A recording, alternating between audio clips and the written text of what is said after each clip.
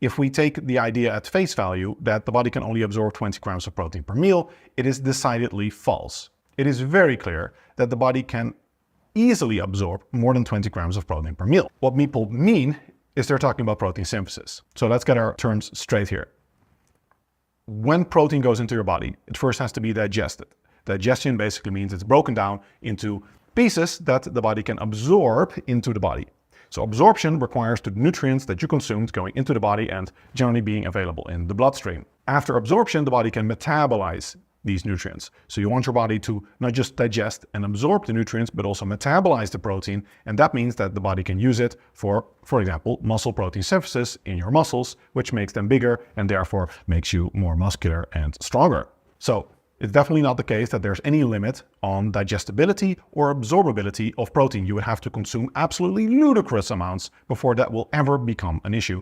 The body's energy harvest is exceedingly efficient and the body has no problems getting all the protein as well as all the calories from the food that you eat. So absorption is really not an issue. What is an issue is muscle protein synthesis. And here, there is a lot of truth behind this idea that after 20 grams of protein, at least high quality protein, such as whey protein or dairy protein in general, there is very little additive effect anymore of going higher up in protein. As you can see in the graph here, after 20 grams of protein per meal, there is essentially no further stimulation of muscle protein synthesis, especially not at rest.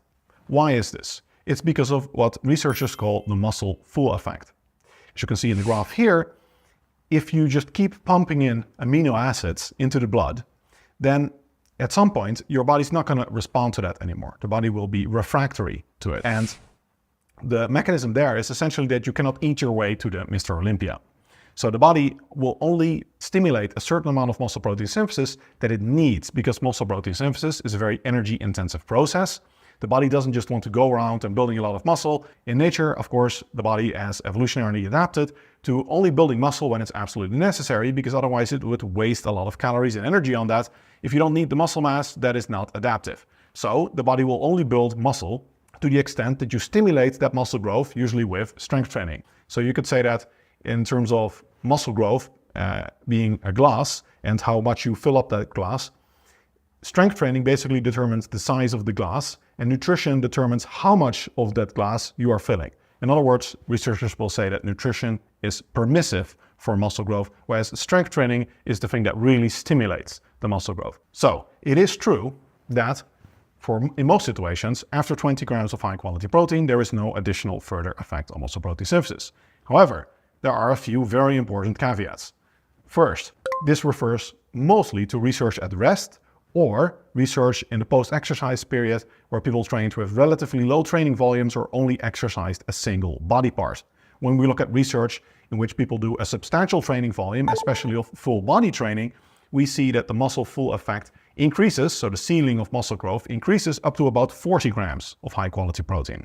That's a pretty big difference, of course, it's about double. That means that after your workouts, you can utilize significantly more protein. Nevertheless, 40 grams of protein, or about 0.6 gram per kilogram body weight, is still not that much, and it's mostly the first meal after the workout in which this occurs. However, there is another potentiator of muscle protein synthesis and anabolic signaling, and that's fasting. After longer periods of fasting, we see that anabolic signaling can reach higher levels than before. This makes sense in terms of the body having a greater demand for muscle protein synthesis when it didn't have a lot of muscle protein synthesis in a period before. Whereas if you keep flooding it with amino acids, then you'll see that the body has the muscle full effect and it becomes refractory to further stimulation with amino acids. So again, makes perfect sense from an evolutionary point of view. If you were starving in the period before and you now get access to a lot of protein, then the body will use that protein to repair all the muscle and the lean body mass that was lost. A higher level of protein that the body will use to restore and build new lean body mass, and therefore stimulate muscle protein synthesis. We also care about muscle protein breakdown. And there are a few studies that find that while you don't stimulate more muscle protein synthesis beyond 20 or 30 grams or 20 or 40 grams of protein, depending on whether you're at rest or after a serious training session, we see that muscle protein breakdown levels do increase past that point. Now, muscle protein breakdown levels, they don't change as much as muscle protein synthesis levels. Muscle protein synthesis levels are the principal driver of changes in muscle mass and total protein turnover and net balance levels. Why? Because it's much more efficient for the body to stop synthesizing new proteins than to change muscle protein breakdown levels. Basically, the body doesn't go about breaking down protein for no reason. Muscle protein breakdown is usually there because either it's really necessary to catabolize muscle tissue or it's part of muscle repair. You can think of this as like building a house. Building muscle is like building a house. When you want to add a balcony, for example, to your house, you can't just tack the balcony onto the house as is, right? You need to open the wall, create the door, maybe add some windows, maybe even break out the whole part if you want a nice open view, yada yada. So it's just like that with muscle growth. You can't just add a piece of muscle on top of it. You first need to remodel the tissue, and that involves some protein breakdown.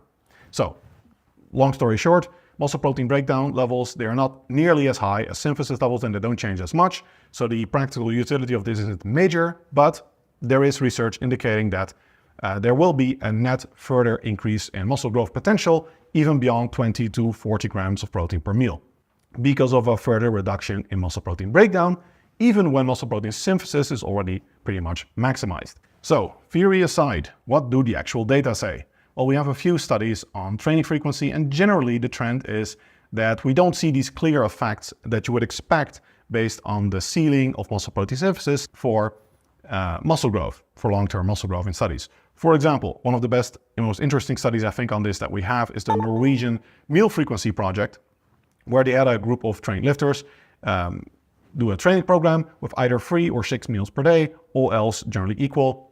I would say that there was a little bit of problem with the calorie control, which we'll get to in a moment, but overall they found that the 3-meal group had better gains than the 6-meal group. They were roughly equal with a trend towards better gains in 3 meals. That was probably because the 3-meal group had a slightly higher energy intake, but if we compare the research on protein intake to that of energy intake, we see that the effects of energy intake on muscle growth are very small, whereas the effects on protein intake are much clearer. So overall, I would say that this is pretty strong evidence that there are probably not massive benefits to consuming more than 3 meals per day, especially if you time your protein well, where you have most of your protein in the post-workout periods when the muscle full effect is delayed and you can have higher levels of muscle protein synthesis. So I think that basically sums up the whole practical application of this video.